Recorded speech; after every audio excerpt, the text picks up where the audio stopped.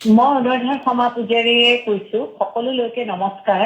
আমাৰ ইতিমধ্যে বহু মাহ হৈ গৈছে অতিমাৰী মহামাৰী এই দিনকেইটাত। এই দিনকেইটা এতিয়াও উকলি যোৱা নাই।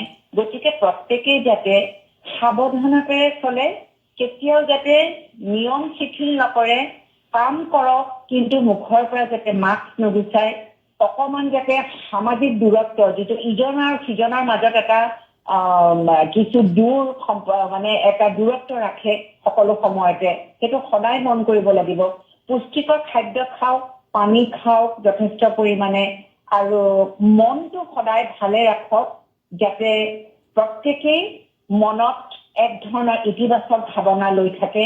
আমাৰ এই দিন আহিছে, উকলি যাব, কিন্তু মনেৰে যেতিয়া আমি ভালে থাকিম, সামাজিক দূৰত্ব, হাতখন সকলো সময়তে কিবা এটা স্পৰ্শ কৰিলে আহি ধোৱা, চেনিটাইজাৰে হওক বা চাবোনেই হওক, হাতখন ধোৱা, এই সকলোখিনি কথা যদি আমি সৰুকো শিকাওঁ, ডাঙৰেও পালন কৰোঁ, আমাৰ এই ৰোগটোৱে সততে আমাক আক্ৰমণ কৰিব নোৱাৰে, আৰু সকলো সেইভাৱে আমি মন আৰু শৰীৰেৰে সুস্থভাৱে থাকিব পাৰিম।